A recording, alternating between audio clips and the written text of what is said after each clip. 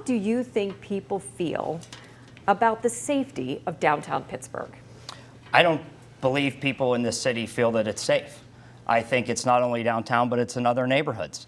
If you look at what we're seeing when it comes to the chief of police and how we don't even have a chief of police. We are on our 5th chief of police in 3.5 years. People do not feel comfortable. If you notice, there are offices that are still not bringing their people back to work downtown. We have to start talking about how we as a city come together to make downtown a safer place, a more active space, but also use our empty spaces, not just for rehabbing buildings for housing, which we do need, but not every building downtown can be reused for housing.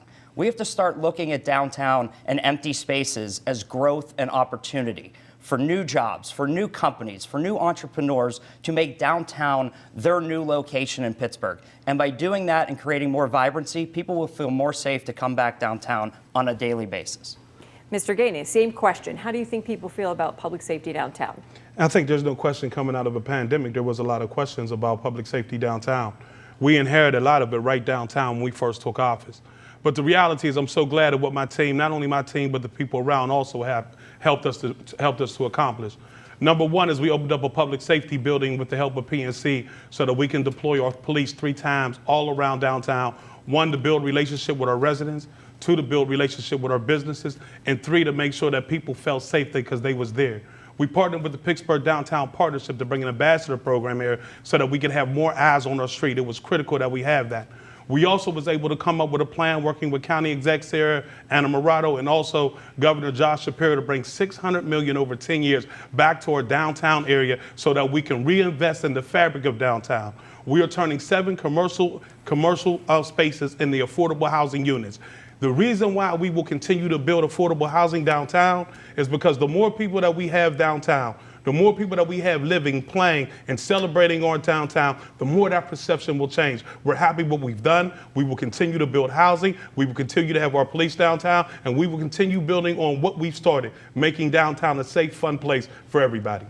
I want to ask a follow-up on that. I'm going to go in reverse order. So Mayor Gainey, I'm going to ask this of you first. What is the right number of Pittsburgh Police patrol officers that we should have in the city? And how do you hire the very best candidates for the job in city police, from the very top job all the way to the newest recruit? I think that's a great question. I think when I'm out in these communities, there's a couple things that I hear. One of the things that I hear is, one, how you gonna keep our neighborhood safe? How you gonna keep me safe? And how you gonna keep our children safe? Those are major things. And so when I'm out there, the number one thing that I know is that they love their neighborhood police. They want to know that their neighborhood police is in the community. They want to know who that neighborhood police officer is, that they're going to the meetings, that they're meeting with residential and business community leaders inside the neighborhoods and even downtown. The reason why we know this works is because we did it downtown with community policing. And so at the end of the day, we will continue to drive community policing in all those areas. The number one issue in regards to how many officers we need, I believe we need 850, and we're working towards that. When we came in, we went 2 years without hiring 1 police officer, not accounting for the amount of police officers that were going to retire. We opened back up the academy. We've had 4 or 5 classes, and we will continue to recruit until we get the number to continue to make this city safe. Mr. O'Connor, same question. What's the right number?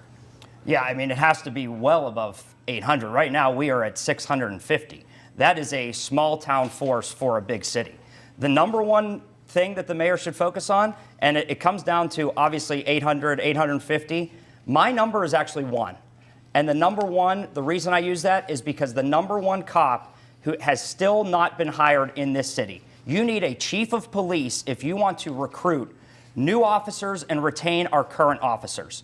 Our officers have no direction right now from the police force. Are we following our stats, our data that we know is false? Or are we actually going to police by the seat of our pants? Our officers don't know if they're working 8-hour shifts, 10-hour shifts, or 12-hour shifts. The morale is shot. If you want to start public safety and have confidence in your officers, in your neighborhood policing, because I've always supported community policing, you have to go out and hire a full-time chief of police so that our officers feel confident.